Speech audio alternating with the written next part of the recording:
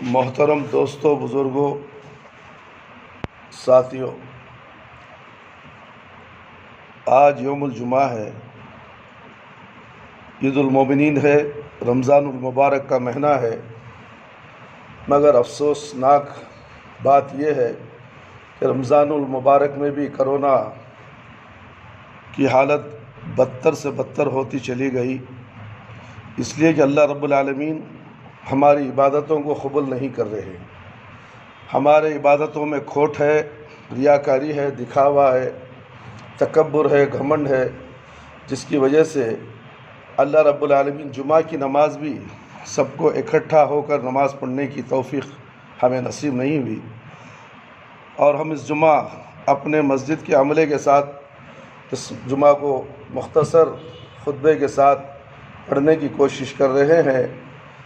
بس اللہ رب العالمین سے دعا کرتے ہیں کہ اللہ تعالیٰ اس بیماری کو جلد سے جلد دنیا سے اس کا خاتمہ فرمائے، سارے عالم کے انسانوں کو راحت اور سکون عطا فرمائے، اور خاص کر مسلمانوں کو سکون اور راحت عطا فرمائے، اور ہر گھر کے اندر ہر مسلمان اپنے بیوی بچوں کے ساتھ خوش و خرم رہے اور اس بیماری سے اللہ رب العالمین بچا کر رکھے، آمین یا رب العالمین۔ آئیے اس جمعہ کے خطبے کے تعلق سے ہم جاننے کی کوشش کرتے ہیں ماہ رمضان المبارک میں قرآن کی فضیلت۔ برادران اسلام، اللہ تعالیٰ نے آسمانی کتابوں میں سب سے افضل کتاب قرآن مجید کو معبوس فرمایا ہے۔ قرآن مجید کو مہینوں میں سے سب سے افضل مہینہ رمضان المبارک میں اتارا، بلکہ اس مبارک مہینے کی سب سے افضل رات لیلۃ القدر، جو اسے لوح محفوظ سے آسمان دنیا پر ایک بارگی نازل فرمایا، اور اسے اسے بیت العزا میں رکھ دیا، اور فرمایا شہر رمضان الذی انزل فیہ القرآن ھدی للناس وبینات من الہدی والفرقان، سورہ بقرہ آیت نمبر 180 پر 5۔ وہ رمضان کا مہینہ تھا جس میں قرآن نازل کیا گیا، جو لوگوں کے لیے باعث رحمت اور ہدایت ہے، اور فرمایا انا انزلنا فی لیلۃ القدر، سورۃ القدر آیت نمبر 1، ہم نے اس لیلۃ القدر میں نازل کیا۔ اس سے معلوم ہوا کہ قرآن مجید کا رمضان المبارک سے گہرا تعلق ہے، اس لیے اس مبارک مہینے میں قرآن مجید کی تلاوت زیادہ سے زیادہ کرنی چاہیے۔ خود رسول اللہ صلی اللہ علیہ وسلم بھی اس ماہ میں اس کا خاص اہتمام فرمایا کرتے تھے، اور رمضان المبارک کی ہر رات جبرائیل علیہ السلام کو قرآن مجید سناتے تھے، جیسا کہ صحیح بخاری کی حدیث میں ہے۔ ابن عباس رضی اللہ عنہ کا بیان ہے، نبی کریم صلی اللہ علیہ وسلم لوگوں میں سب سے زیادہ خیر کے کام کرتے تھے، اور آپ سب سے زیادہ خیر کے کام رمضان المبارک میں کرتے، جبکہ جبرائیل علیہ السلام آپ سے ملتے، اور جبرائیل علیہ السلام آپ سے رمضان المبارک کی ہر رات کو ملتے، اور دوران ملاقات نبی کریم صلی اللہ علیہ وسلم انہیں قرآن مجید سناتے۔ لہذا جب جبرائیل علیہ السلام ملتے تو آپ صلی اللہ علیہ وسلم تیز ہوا سے بھی زیادہ جلدی کرتے ہوئے خیر کے کاموں کی طرف سبقت لے جاتے۔ تو آئیے میرے بھائی، میرے دوست اور خواتین اسلام، اللہ کی اس عظیم الشان کتاب کے فضائل کو سننے کی کوشش کریں گے، اور اپنے ایمان کو مضبوط تر و تازہ کرنے کی کوشش کریں گے۔ عزیزان گرامی، قرآن مجید انتہائی عظیم کتاب ہے، اور اس کی عظمت کے لیے یہی بات کافی ہے کہ یہ اللہ تعالیٰ کا کلام مبین ہے، اور اس کی طرف سے نازل کردہ خود اللہ تعالیٰ اس کی عظمت و مختلف انداز سے بیان فرماتے ہیں۔ کہیں یوں فرماتے ہیں وَإِنَّهُ لَتَنزِيلُ رَبِّ الْعَالَمِينَ نَزَلَ بِالرُّوحِ الْأَمِينِ وَعَلَى خَلْبِكَ لِتَكُونَ مِنَ الْمُنذِرِينَ بِلِسَانِ عَرَبِيٍّ مُّبِينٍ وَإِنَّهُ لَفِي زُبُرِ الْأَوَّلِينَ، سورہ شعراء آیت نمبر 190 پر 2 اور 90 پر 6۔ یقیناً قرآن رب العالمین کا نازل کردہ ہے، جس کو روح الامین نے آپ کے دل پر اتارا تاکہ آپ ڈرانے والوں میں شامل ہو جائیں۔ یہاں ڈرا تو پیچھے بھاگی، مسجد کو چاہتے نہیں۔ ڈرانے والوں میں شامل ہو جائے۔ اللہ اکبر! دیکھیے قرآن کیا کہتا ہے، جب یہ فصیح عربی زبان میں ہے اور اس کا ذکر پہلے صحیفوں میں بھی آیا ہے، تو میرے بھائی میرے دوست سنیے غور سے، اور کہیں یوں فرماتے ہیں تبارک الذی نزل القرآن علی عبدہ لیکون للعالمین نذیرا۔ قرآن الفرقان آیت نمبر 1۔ بابرکت ہے وہ اللہ، بابرکت ہے وہ اللہ جس نے اپنے بندے پر حق و باطل میں فرق کرنے والا قرآن مجید اتارا تاکہ وہ تمام لوگوں کے لیے ڈرانے والا بن جائے۔ اللہ اکبر! قرآن ڈرانے والا بن جائے، اور قرآن سے ہمیں ڈر نہیں۔ قرآن کو ہاتھ میں لے کر کورٹ میں کھڑ کر جھوٹی قسم کھانے والے علماء کرام بھی موجود ہیں اس دنیا کے اندر، ہمارے آنکھوں کے سامنے گزر چکے ہیں۔ عالم ہے، منبر رسول پر خالہ رسول اللہ صلی اللہ علیہ وسلم کے خطبے دیتا رہا، مگر کورٹ میں آ کر برے لوگوں کے ساتھی بن کر قرآن کی قسم کھا کر جھوٹ بولا کہ میں اس کیس میں نہیں ہوں، میں اس معاملے میں نہیں ہوں۔ اللہ اکبر! کتنا بڑا جھوٹا شیطان ہے۔ قرآن کا ڈر کہاں ہے؟ ایسے ڈر قرآن کا کیسا عذاب آئے گا اسے؟ دنیا میں تو عذاب چکے گا ہی، آخرت میں تو عذاب ہے ہی۔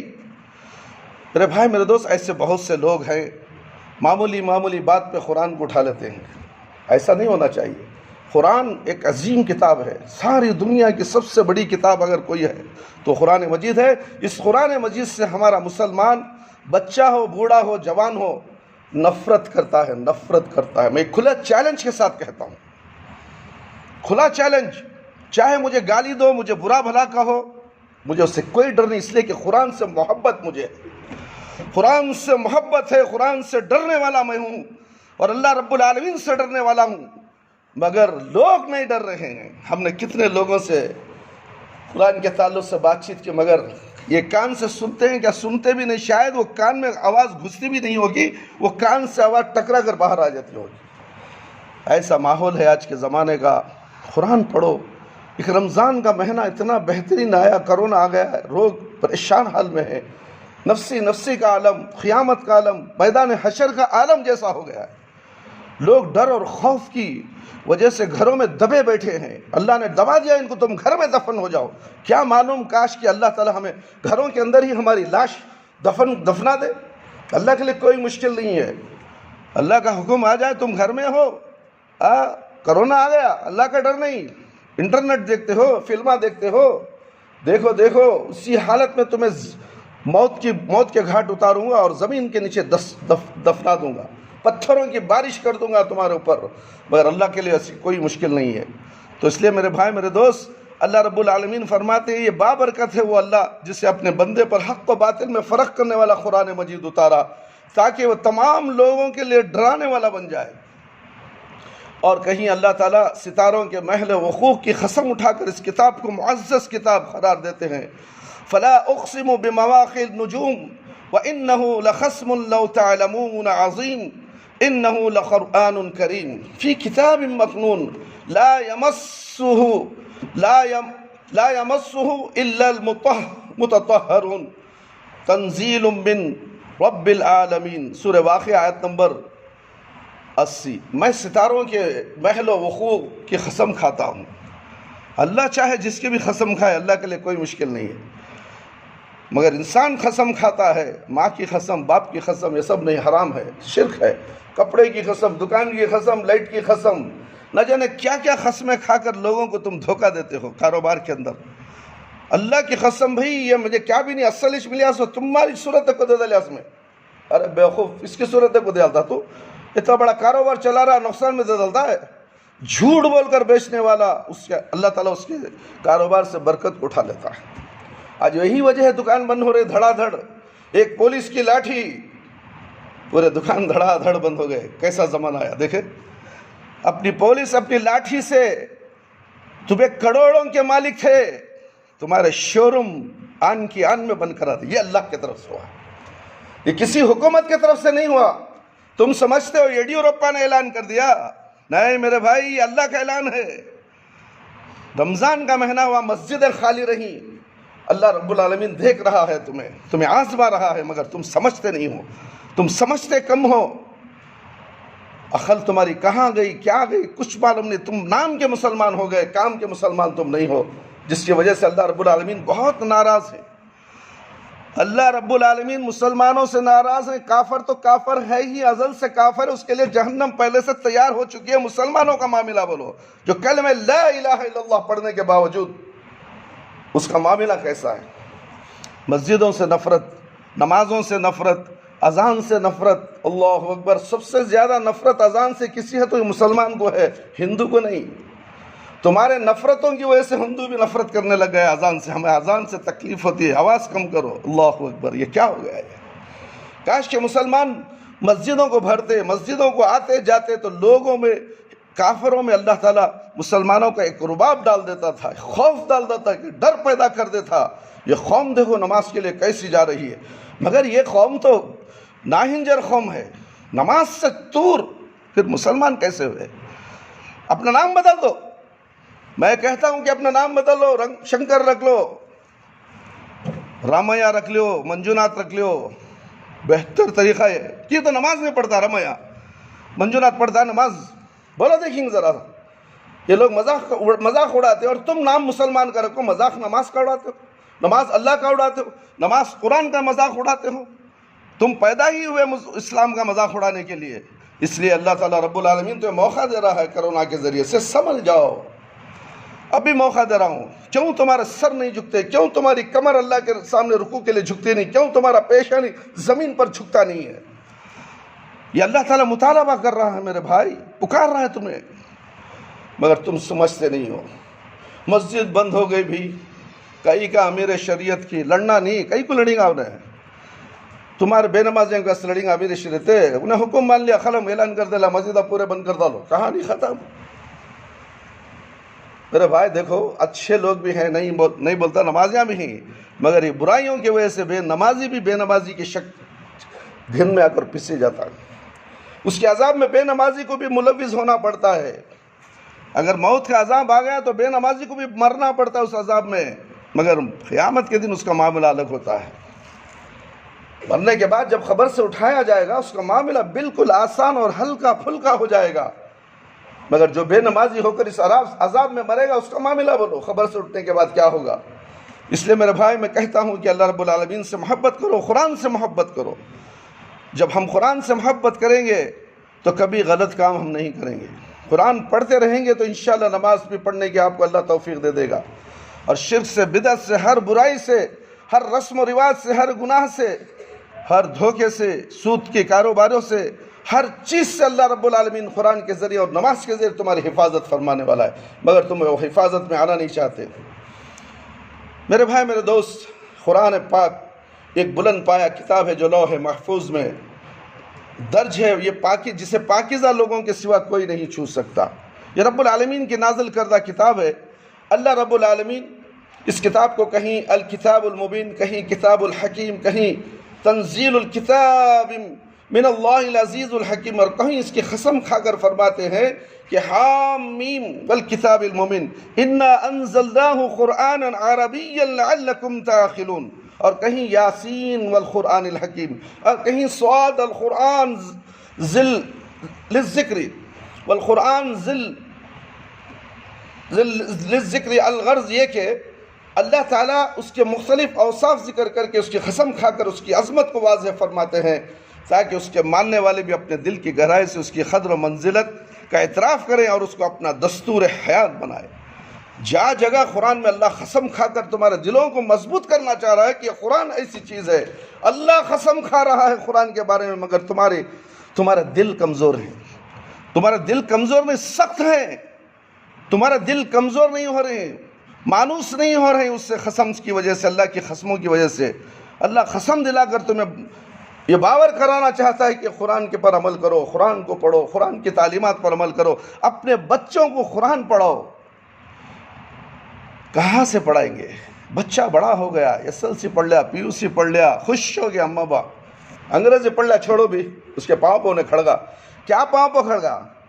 پاؤں پہ بھی کھڑیا نہیں، کہیں بھی نہیں، جہنم کے گڑھے پہ کھڑیا انہیں، اس وجہ سے دنیا کی تعلیم حاصل کر لیا، مگر قرآن اور حدیث کی تعلیم اس کے پاس نہیں ہے، تو پھر کیسے پاؤں پہ کھڑ گیا؟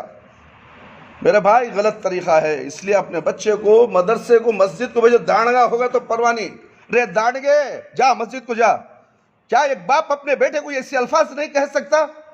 کیونکہ اس بیٹے کی وجہ سے اس باپ کو جہنم میں پھینکا جائے گا، جہنم پہ پھینکے گا۔ یہ ناہنجر بیٹا تمہیں بچانے آئے گا، خبر میں جہنم میں بچانے آئے گا۔ محبت کرتے ہو تم اپنے بیٹوں سے، نفرت کرو، نفرت کرو۔ اسے پوچھو تو نے آج فجر کی نماز پڑھی؟ تراویح کی نماز کو گیا تھا تو روزہ کئی کا رکھا؟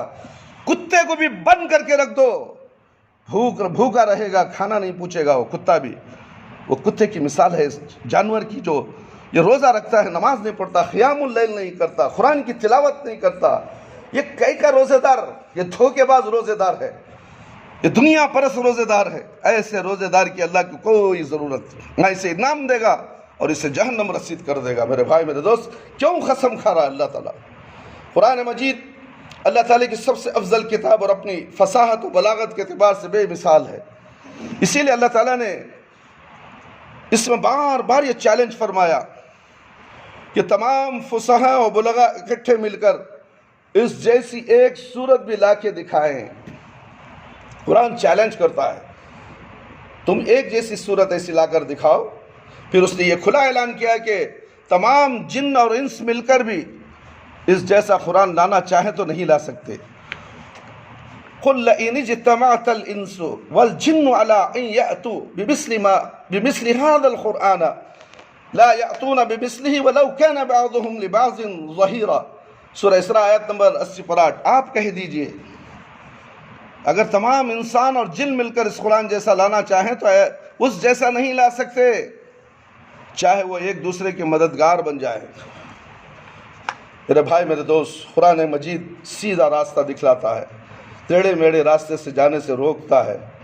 قرآن مجید دنیاوی اور اخروی بھلائیوں کی طرف انسان کی رہنمائی کرتا ہے۔ دیکھیں، دنیا میں بھی رہنمائی کر رہا ہے اور آخرت کی زندگی کے واسطے بھی قرآن تمہارے لیے ضروری ہے، دستور حیات ہے۔ اسی لیے اسے دستور حیات کہا جا رہا ہے۔ دنیا میں بھی یہ حیات ہے، آخرت کے واسطے بھی حیات ہے، اور اسے ہی ہم بھلا چکے ہیں۔ رمضان آیا ہے، کتنے لوگ آئے تراویح کو، ہم نے دیکھا دکانیں چل رہے ہیں، دکان کھلے ہیں۔ میرے بھائی میرے دوست، دیکھو آپ کیوں بند کر دیا؟ تم کیوں بند کرے؟ دکان کھولنا تھا۔ دکان اللہ کے حکم سے تم دکان نہیں کھولے۔ اللہ حکم دے رہا ہے کہ بند کرو دکان، جاؤ تراویح کی نماز پڑھو، مگر تم نہیں ہے، چھوڑو جی، کاروبار ہے، گراہک آیا، بھگوان گراہک، خدا گراہک آیا سے ہمارا، اسے چھوڑا اللہ، اسے چھوڑا تو کھائیں گے کیا؟ اب کیا کر رہے تم؟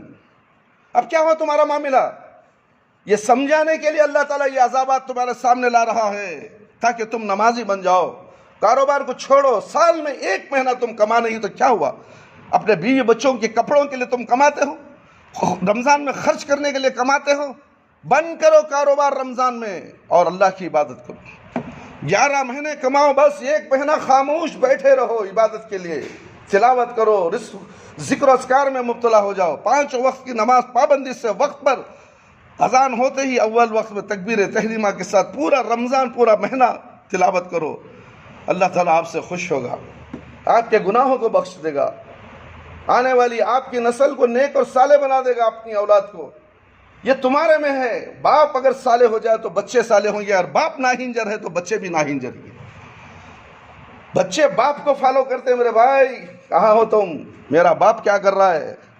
میرا باپ تو دکان میں آرام سے بزنس کر لے کو کھڑا ہے، میں کہیں کو جو نماز کو انہیں جان دے۔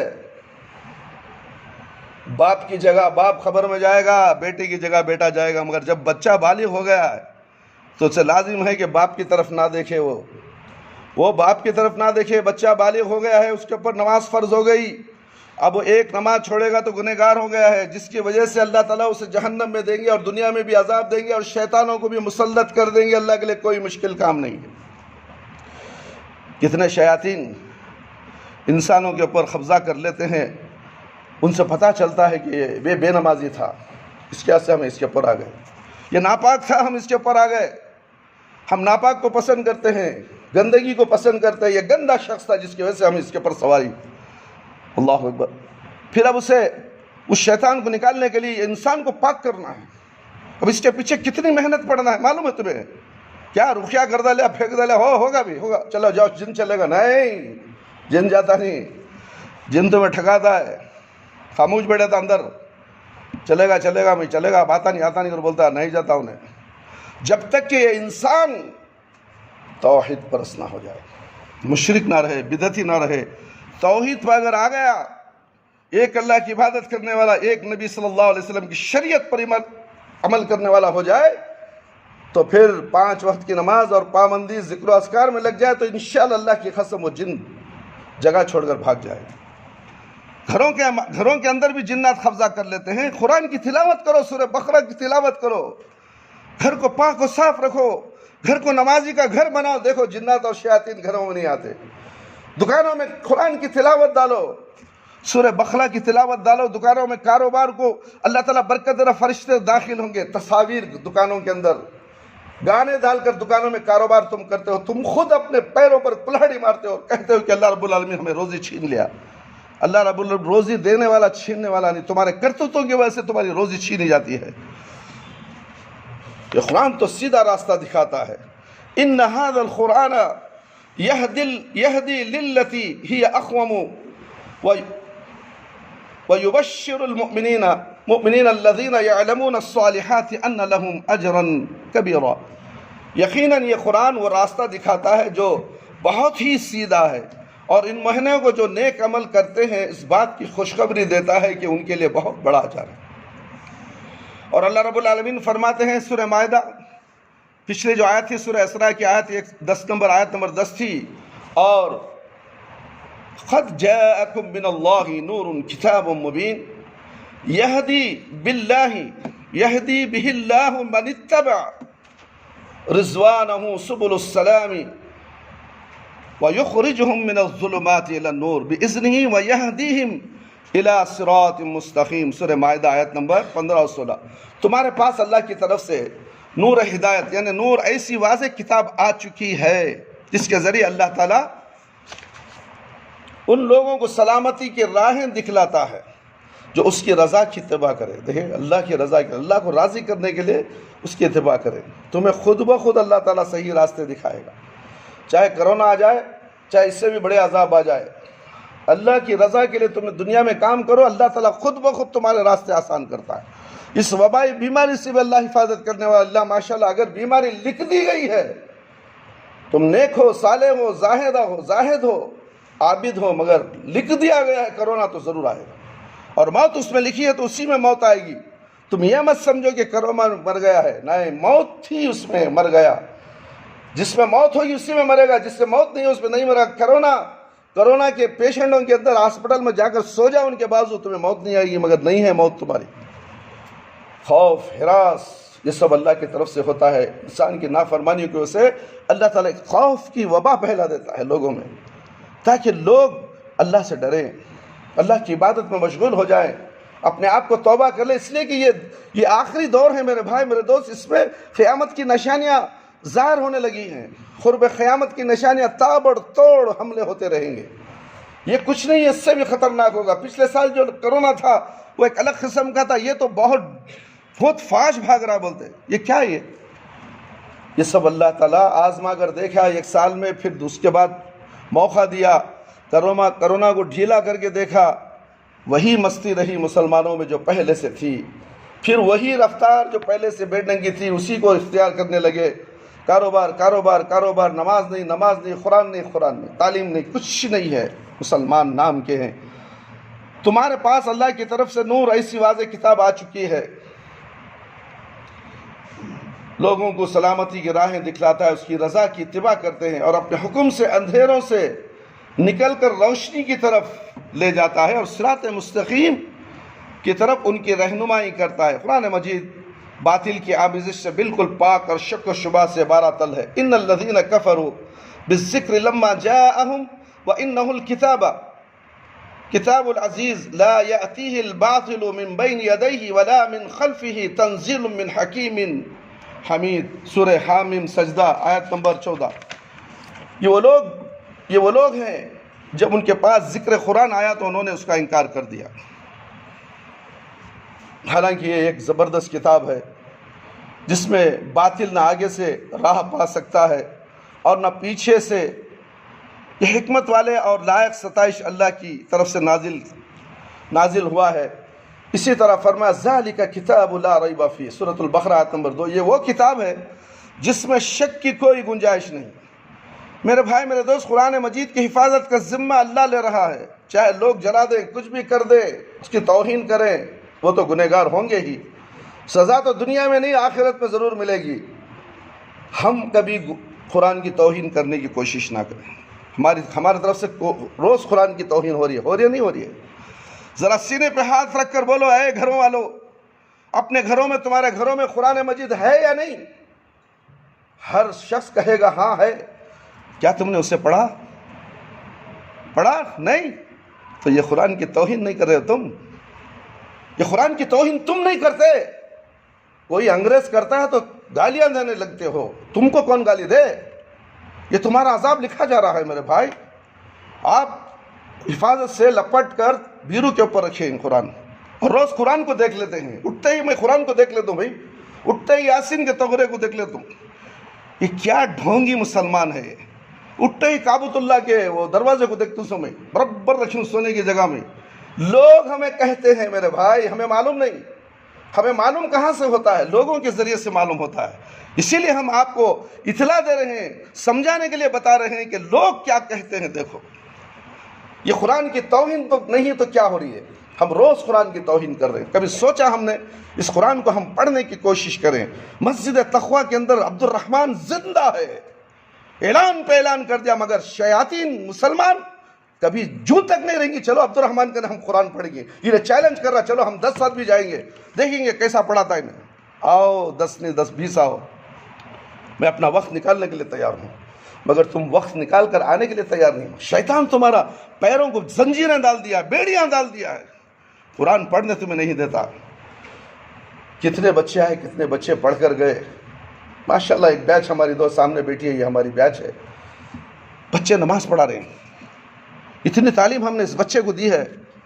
نماز پڑھاتا ہے اس بچہ. یہ بچہ جو سامنے بیٹھا ہے آپ کے سامنے، دیکھو ان کے ماں باپ کو خوش ہونا چاہیے. یہ نماز پڑھا دیا، اذان دیتا ہے، نماز پڑھاتا ہے. اتنی تربیت ہم نے دی. 40 حدیث یاد کیا، سورہ یاد کر لیا، بہت سے 30-35 سورہ یاد کر لیا. یہ کیا ہے؟ یہ مسجد تقویٰ کی دین ہے میرے بھائی. انگریزی اسکول میں پڑھ رہے ہیں. میں کہا انگریزی اسکول میں پڑھو، مگر تعلیم حاصل کرو مسجد تقویٰ سے، اور تم دیندار بن جاؤ. تم اتنا تو سمجھ جاؤ کہ دین کیا ہے، اللہ کیا ہے، نبی کون ہے، اور ضروریات کے مطابق دینی عمل کیسے کرنا ہے یہ تم جان لو. بس تم کبھی بھٹکو گے نہیں. مگر نفرت ہے تو مسلمانوں کو نفرت ہے مسجد خود تقویٰ سے. تقویٰ کو مت جاؤ، کوئی بات نہیں.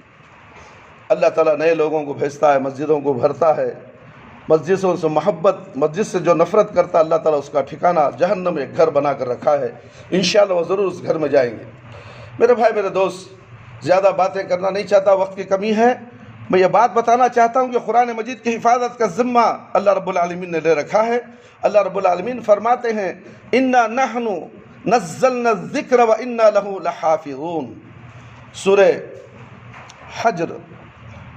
بے شک ہم نے ہی ذکر قرآن کو اتارا، اور یقیناً ہم ہی اس کے محافظ ہیں. اللہ خود حفاظت کرنے والا ہے.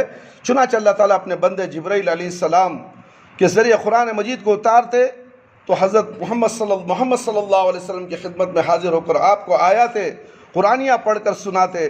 آپ صلی اللہ علیہ وسلم اس امین علیہ السلام کی خراط کے ساتھ خراط کرنا شروع کر دیتے. اللہ تعالیٰ نے فرمایا، لا تحرک به لسانک لتعجل به ان علینا جمعه وقرآنه فاذا قرأناه فاتبع قرآنه ثم ان علینا بیانه. سورہ قیامہ آیت نمبر 16-19. اے محمد صلی اللہ علیہ وسلم، وحی کے پڑھنے کے لیے اپنی زبان نہ چلایا کرو، اس کو جلد یاد کر لو. اس کا جمع کرنا اور پڑھوانا ہمارے ذمہ ہے. جب ہم وحی پڑھا کریں تو تم اس کو سنا کرو اور پھر اسی طرح پڑھا کرو. پھر اس کے معنی کا بیان بھی ہمارے ذمہ ہے، معنی بھی ہمیں سکھائیں گے تمہیں اللہ رب العالمین. اس طرح قرآن مجید نبی کریم صلی اللہ علیہ وسلم کے سینہ اطہر میں محفوظ ہوتا جاتا. پھر آپ صلی اللہ علیہ وسلم جبرائیل علیہ السلام سے قرآن کا دور کرتے رہتے، یعنی مسلسل اسے دہراتے رہتے. جیسا کہ ہم اس خطبے کے آغاز میں صحیح بخاری کی اس حدیث کے حوالے سے ذکر کیا، اس طرح آپ صلی اللہ علیہ وسلم قرآن آیات اپنے صحابہ اکرام رضی اللہ عنہم کو بھی سناتے، جو سننے کے بعد بھی سننے کے بعد انہیں اپنے سینوں میں محفوظ کر لیتے. اس کے علاوہ صحابہ کرام رضی اللہ عنہم میں سے جن کو آپ صلی اللہ علیہ وسلم کاتبہ نے وحی مقرر کیا تھا، ان میں سے کسی کے ذریعے اتری ہوئی آیات یا صورتیں لکھوانے کا اہتمام کرتے. لوگ شک کرتے قرآن اتریا کیسے، لکھے کون رہیں گا، کہاں سے لکھ ڈالے. وہ زمانے میں کیا تھا؟ پرنٹنگ پریس تھا. میرے بھائی، اللہ جو چاہتا کرتا ہے. اللہ کے نبی صلی اللہ علیہ وسلم صحابہ کے ذریعے سے لکھواتے تھے قرآن. کیسا لکھواتے تھے؟ نوح علیہ السلام کے زمانے میں کشتی تیار ہوئی. کیسے تیار ہوئی؟ اللہ کے حکم سے.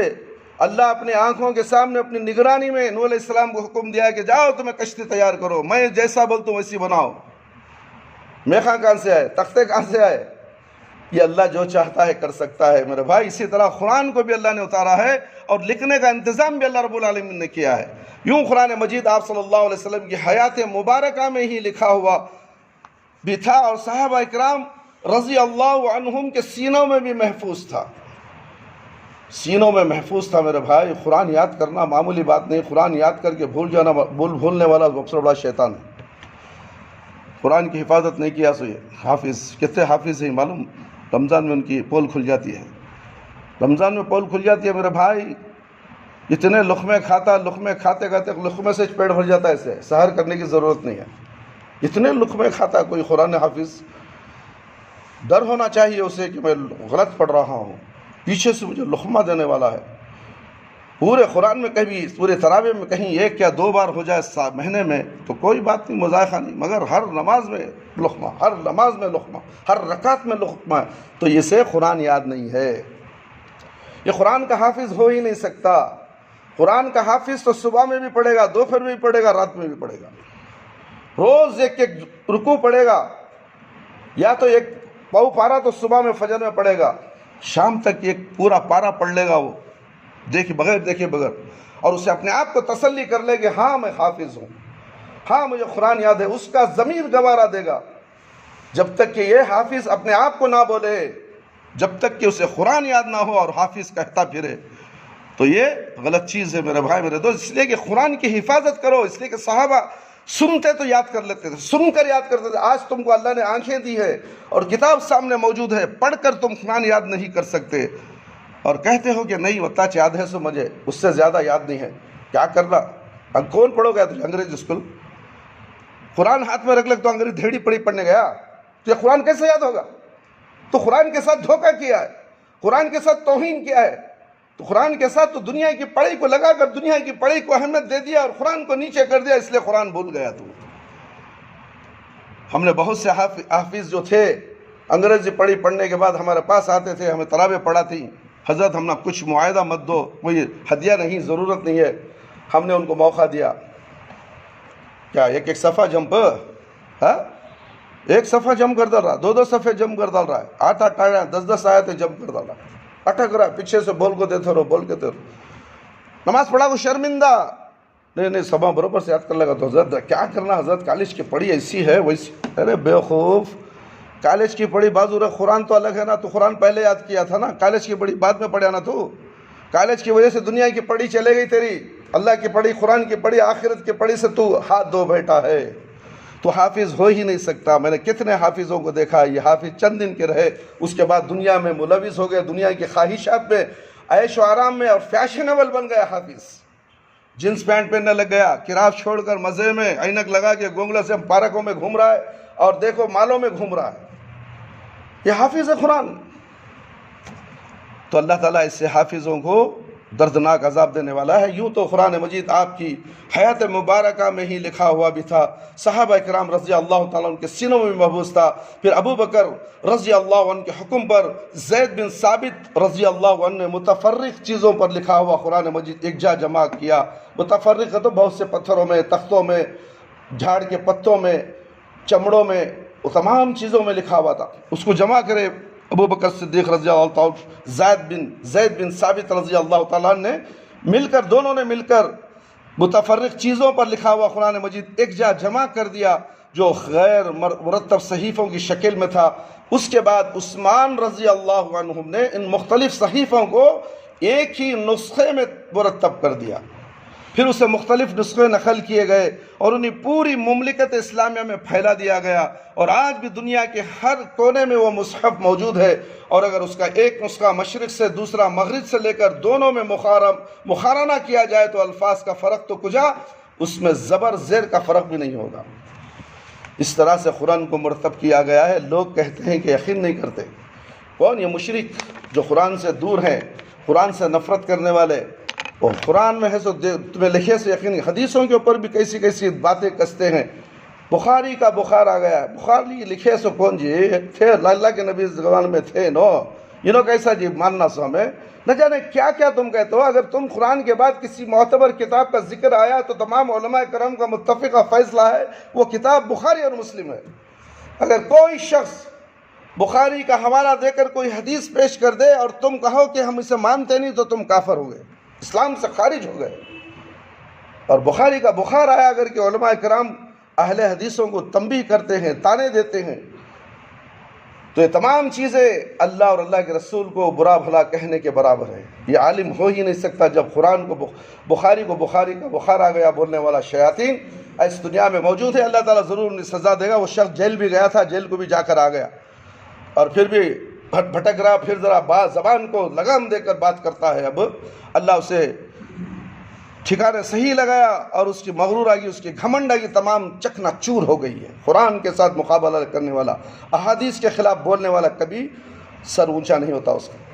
میرے بھائی، ایسے بہت سے علماء کرام ہیں جو اہل حدیثوں کو برا بھلا کہتے ہیں، قرآن پر عمل کرنے والوں کو برا بھلا کہتے ہیں، حدیثوں پر عمل کرنے والوں کو برا بھلا کہتے ہیں۔ ان سے میں یہ کہنا چاہتا ہوں کہ اللہ کے نبی صلی اللہ علیہ وسلم کے زمانے سے حدیث ہے، اللہ کے بعد کو حدیث کہا گیا۔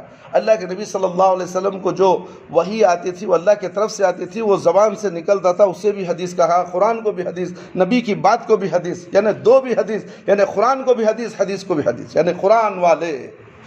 ہم قرآن والے ہیں، حدیث والے ہیں۔ ہم کو دو گالیاں، یہ تمہاری گالیاں کسے لگنے والی ہیں؟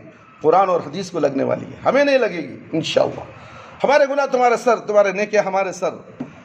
ہم یہی کہتے ہیں کہ گالی دینے دو اور دو بولو اسے گالی، اس لیے کہ تمہارے گناہ شفٹ ہو رہے ہیں، ٹرانسفر ہو رہے ہیں، اور اس کی نیکیاں تمہارے ٹرانسفر ہو رہے ہیں، تمہارے حساب و کتاب میں لکھے جا رہے ہیں، اور سزا بھی اسے قرآن و حدیث کو گالی دینے کی وجہ سے اس کی اللہ تعالیٰ اس کے اعمال ضائع کر دے گا، برباد کر دے گا اور گمراہ کر دے گا، دیوانہ بنا دے گا، شیطان کو مسلط کر دے گا اسے۔ اللہ اکبر۔ میرے بھائی میرے دوست، اس کے علاوہ دنیا بھر میں قرآن مجید کی حافظ موجود ہیں، اور مسلمانوں میں حفظ قرآن کا ایک ایسا جذبہ پایا جاتا ہے کہ اس جیسا جذبہ دنیا کی کسی کتاب کو حفظ کرنے کے متعلق نہیں پایا جاتا۔ والدین سے گزارش ہے کہ اپنے بچوں کو قرآن حفظ کرانا اپنی اور اپنی اولاد کے لیے سعادت مندی تصور کرتے ہیں۔ مساجد میں حفظ قرآن، ناظرہ قرآن کا اہتمام کیا جاتا ہے۔ اپنے بچے بڑے ہو یا چھوٹے ہو مساجد کو بھیجیں تاکہ وہاں قرآن سیکھ سکے، قرآن پڑھ سکے، دیکھ کر بھی پڑھنا آ جائے تو انشاءاللہ اسے اللہ تعالیٰ توفیق دے گا کہ میں قرآن یاد کر لوں، کچھ قرآن یاد کر لے، کچھ حصہ قرآن کا بھی یاد کر لے، اللہ تعالیٰ کے پاس ہم حجت قائم کر سکے۔ اللہ میں نے تھوڑا سا قرآن بھی حاصل کر لیا ہے، قرآن یاد کر لیا ہے میں کوشش کی، میں یاد کیا ہوں، یا اللہ میرا حافظہ کمزور تھا، یا کیا تیری مرضی تھی، کیا تیری مصلحت تھی، میں قرآن کا حافظ نہیں بن سکتا، وہ بات ہے، مگر حجت ہی تمہاری قائم نہیں۔ مدرسے کو بھیجنا ہی نہیں چاہتے بچے کو، باپ بیٹے سے ڈرتا ہے بولنے کے لیے، جا باپ مدرسے میں جا قرآن پڑھ لے گا، جا گا تو انہیں اتنا اونچا ہوگا نہیں، اب ایسا دیکھے تو کیا معلوم جاؤ جی۔ اللہ اکبر۔ ہیں ایسے ناہین بچے، ناہنجر بچے، باپ کو گھور کر دیکھتے ہیں، نماز پڑھے گا تو کیا معلوم پڑھنا جاؤ۔ یہ کیا طریقہ ہے میرے بھائی؟ یہ ناہنجر انگریزی تعلیم، دنیا کی تعلیم کوئی پیچھے پڑھنے والے ماں باپ کے بچے ناہنجر ہی ہوں گے اور ناہنجر ہو کر مر جائیں گے۔ اس لیے مساجد میں حفظ قرآن کا ایک نظام پایا جاتا ہے، اور دن رات اللہ کے گھروں میں اللہ کے کلام کی تلاوت کی جاتی ہے، دن رات۔ تو اس گھر میں آؤ اور اپنے بچوں کو بھیجو، بڑوں بھی آؤ، بڑے بھی آؤ، قرآن کی تعلیم حاصل کرو۔ ہم پڑھانے کے لیے تیار ہیں آپ کو، ہم آپ کے دشمن نہیں ہیں، ہم آپ کے دوست ہیں، آپ کے ہمدرد ہیں، آپ کی رہنمائی کرنے والے ہیں، آپ کا ساتھ دینے والے ہیں۔ آپ اپنے ساتھیوں کو لے کر آؤ، پڑھو، شرمانے کی کوئی بات نہیں، یہاں تک کہ تمہاری عمر بوڑھے ہو چکے ہو، 90 سال ہو گئی ہے، تمہارے پیر خبر میں چلے گئے، تو پھر بھی قرآن کا علم حاصل کرنا ہر مسلمان مرد عورت کے لیے فرض ہے۔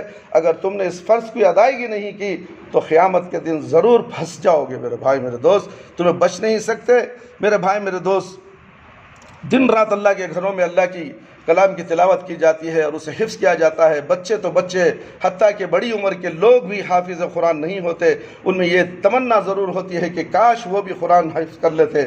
سو مسلمانوں کا قرآن مجید سے یہ لگاؤ اور یہ اہتمام اس بات کا نتیجہ ہے کہ اللہ تعالیٰ نے اپنے کلام کی حفاظت کا ذمہ لے رکھا ہے اور اپنے بندوں کے ذریعے اس کی حفاظت کرتا رہے گا۔ اللہ رب العالمین سے دعا ہے کہ اللہ تعالیٰ مجھے اور آپ تمام کے تمام قرآن اور حدیث کی باتیں جو ہم نے مختصر آپ کے سامنے بیان کی ہیں، اسے سن کر عمل کرنے کی زیادہ سے زیادہ ہم سب کو اور مجھے بھی کوشش کرے۔ اللہ تعالیٰ توفیق عطا فرمائے۔ اللہ تعالیٰ مجھے عمل کرنے والا، آپ کو بھی عمل کرنے والا بنائے۔ اپنے بچوں کو قرآن اور حدیث کی تعلیم دلانا اول فرض سمجھیں۔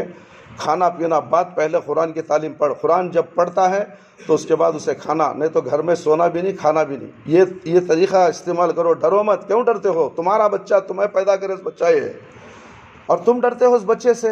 بھاڑ میں گیا بچہ ایسا جو قرآن کا دشمن ہے، اللہ کا دشمن ہے، وہ تمہارا بیٹا کیسے ہو سکتا ہے؟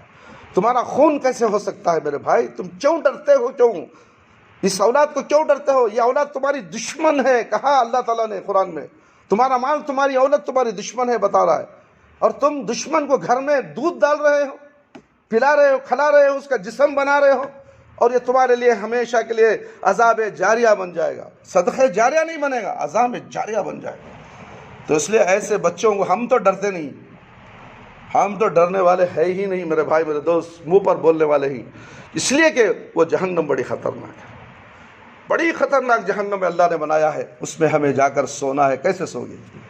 رات کو لائٹ چلا جائے، کرنٹ چلا جائے، فین بند ہو جائے تو آدمی بے قرار ہو کر اٹھ کر بیٹھ جاتا ہے۔ کیا پسینہ آ رہا بھی نہیں ہو رہا بھی، سور کا بچہ بچ بن کرنا تھا نا، ہاں رات بھر چھوڑیا، دن بھر ہی کریا، کیا کیا کی گالیاں، دنیا کی گالیاں دیکھو، فضیتی کر دیتے ہیں تم لوگ، مگر وہ جہنم جو 69% تیز ہے، 1% آگ دنیا میں ہے، 60.9% وہاں تیز ہے، اس کی فکر کرو۔ یہ بچہ تو بڑا ہو گیا، چھوڑو، تم دیکھو تمہارا معاملہ کیا ہے۔ تم باپ ہو، حاکم ہو، اللہ نے تمہیں سوال کرنے کا حکم دیا ہے۔ گھر کا ذمہ دار کون ہو؟ گھر والوں کے بارے میں پوروں کو سوال ہو، تم پھنس جاؤ گے۔ یہ لوگ کیا ہے؟ شیاطین ہیں، یہ بچ کے نکلیں گے، ان کو بھی، ان کا جب عمر آئے گی، اس کی شادی ہوگی، انہیں اس کے گھر کا ذمہ دار بنے گا تو انہیں بھی موصول ہوگا، انہیں بھی جواب دہ ہوگا، مگر انہیں نماز اب نہیں پڑھا تو نماز شادی ہونے کے بعد بھی نہیں پڑھے گا، اس کے بچے بھی ناہنجر، یہ سلسلہ چلتا رہے گا، اور پہلا ذمہ دار کون شخص ہے وہ عذاب اس میں مبتلا ہوتا رہے گا، وہ عذاب اسے ملتا رہے گا۔ اس لیے اتنے بڑے لمبے عذاب سے بچنے کے لیے اپنے بچوں کو نمازی بناؤ، مسجد کو بھگاؤ اسے۔ مسجد کے اطراف رہنے والے سب سے زیادہ پکڑے جائیں گے، مسجد کے قریب رہنے والے سب سے زیادہ پکڑے جائیں گے۔ دور ہیں وہاں ان کے گھر کے پاس مسجد ہے، وہاں کے ذمہ دار وہ ہوں گے، مگر اس مسجد کے قریب جتنے بھی ہیں وہ ذمہ دار ہیں۔ خاص گھر اللہ نے دیا ہے اور مسجدوں کو نہیں آتے۔ یہ سوچو، یہ خاص گھر تمہیں فائدہ پہنچانے والا نہیں ہے، یہ خاص گھر تمہارے لیے جہنم کدا بن جائے گا۔ اس لیے اپنے بچوں کو خود بھی مسجد کو آنے کی کوشش کریں اور قرآن مجید کی تلاوت کی فکر کریں۔ اللہ تعالی ہم سب کو نیک اور صالح بنائے۔ اللہ تعالیٰ سے دعا ہے کہ اللہ تعالی ہم سب کے گناہ مغفرت فرما دے، ہمارے گناہوں کو بخش دے، چھوٹے گناہ، بڑے گناہ، کبیرہ گناہ، اور جان بوجھ کر انجانے میں جتنے بھی گناہ ہم لوگوں سے سرزد ہوتے ہیں۔ رب العالمین، رمضان المبارک کا مہینہ ہے، رحمتوں کا مہینہ، برکتوں کا مہینہ ہے، مغفرت کا مہینہ ہے۔ اے اللہ ہماری مغفرت فرما دے، ہمیں 5 وقت نمازی بنا دے، وقت پر نماز پڑھنے والا بنا دے، ہماری نمازوں میں خشوع اور خضوع عطا فرما، ہماری جائز دعاؤں کو قبول فرما لے، شرک سے بچا لے، بدعت سے بچا لے۔ اللہ ہم سب کو صراط مستقیم پر چلا دے۔ اے اللہ تو رحم کرنے والا، ہم سب پر رحم فرما۔ یا اللہ تو رحم نہیں کرے گا تو کون رحم کریں گے؟ اس کرونا کی بیماری سے سارے انسانوں کو راحت دلا دے، ہر انسان کو سکون عطا فرما، اس بیماری سے محفوظ رکھ دے میرے پروردگار۔ دنیا کمانا تو بہت ہے، مگر صحت و عافیت ہو گئی تو انشاءاللہ تیرے رحمت سے، تیرے برکت سے ہم روزی روٹی کما لیں گے، روزی روٹی کھا لیں گے۔ تو روزی دینے والا ہے، تو رازق ہے میرے پروردگار۔ ہمارے لیے سکون عطا فرما، ہمارے بیوی بچوں کو اس بیماری سے دور کر دے، محلے والوں کو اس بیماری سے دور کر دے، سارے عالم کے مسلمانوں کو اس بیماری سے دور فرما، اور جلد سے جلد اس کے دواؤں کا انتظام فرما اور اس کے احتیاط کا انتظام فرما۔ اے اللہ ہمیں اس موقع پر اس پریشان کن حال میں نماز پڑھنے والا بنا، ہاتھ اٹھا کر دعا کرنے والا بنا۔ ہر ایک انسان کی دعا کو تو اس کرونا کی بیماری کے تعلق سے جو بھی بچہ بھی دعا کرے، بوڑھا بھی کرے، جوان بھی کرے، اللہ دعاؤں کو قبول فرما لے۔ اے اللہ اگر گنہگار بھی دعا کرتا ہے تو میرے پروردگار یہ کرونا کا عذاب آیا ہے، اس میں سب کی دعاؤں کو تو قبول فرما کر اس کرونا جیسے موذی بیماری کو نیست و نابود کر دے۔ اے اللہ اس کا خاتمہ کر دے، ہر انسان کو اس کے بیماریوں میں شفا کلی، شفا عاجلہ عطا فرما۔ کینسر کی بیماری میں جو ہے اسے بھی شفا عطا فرما۔ موذی بیماری میں جو مبتلا ہیں، زیر علاج ہیں ہسپتالوں میں، میرے پروردگار ان کو بھی شفا کلی، شفا عاجلہ، شفا کاملہ، شفا دائمہ عطا فرما۔ اے اللہ ہمارے والدین، ہمارے رشتہ دار جو اس دنیا سے چلے گئے، اے اللہ اگر وہ قابل رحم ہیں تو ان کی مغفرت فرما دے۔ اے اللہ جو لوگ رمضان سے پہلے تھے، رمضان کے بعد رمضان میں نہیں ہے، اے اللہ وہ لوگ بھی اس دنیا سے چلے گئے ہیں، ان کی بھی مغفرت فرما اگر قابل رحم ہیں تو۔ اے اللہ ہم تمام کو اس مجلس میں جتنے لوگ مسجد کا عملہ بیٹھا ہے، اور اے اللہ ان تمام کو بھی ان کی عبادتوں کو، ان کی نمازوں کو، ان کے روزوں کو، ان کے قیام اللیل کو تو قبول فرما لے اور نیک توفیق عطا فرما۔ ہمیشہ ہمیشہ کے لیے نمازی بنا دے، رمضان کا نمازی نہیں، ہر 11 مہینے نماز پڑھنا، 12 مہینے نماز پڑھنا، یہاں تک کہ موت تک بھی نماز پڑھنے والا، قرآن کی تلاوت کرنے والا بنا دے۔ اے اللہ قبر کے عذاب سے بچا لے، جہنم کی آگ سے بچا لے، قبر کے سوالات بالکل آسان فرما دے، قبر کی تاریکی کو روشنی بدل دے، میدان حشر میں رسوائی سے بچا لے۔ اے اللہ ہمیں موت دے تو ایمان کی حالت میں موت دے، جب ہماری روح ہمارے جسم سے نکلے تو اللہ ہماری زبان پر کلمہ لا الہ الا اللہ محمد رسول اللہ جاری رہے۔ ربنا آتنا فی الدنیا حسنۃ وفی الآخرۃ حسنۃ وقنا عذاب النار۔ ربنا ظلمنا انفسنا وان لم تغفر لنا وترحمنا لنكونن من الخاسرین۔ ربنا تقبل منا انك انت السميع العليم وتب علينا انك انت التواب الرحيم۔ سبحان ربك رب العزة عما يصفون وسلام على المرسلين والحمد لله رب العالمين۔ یا حی یا قیوم برحمتک استغیث۔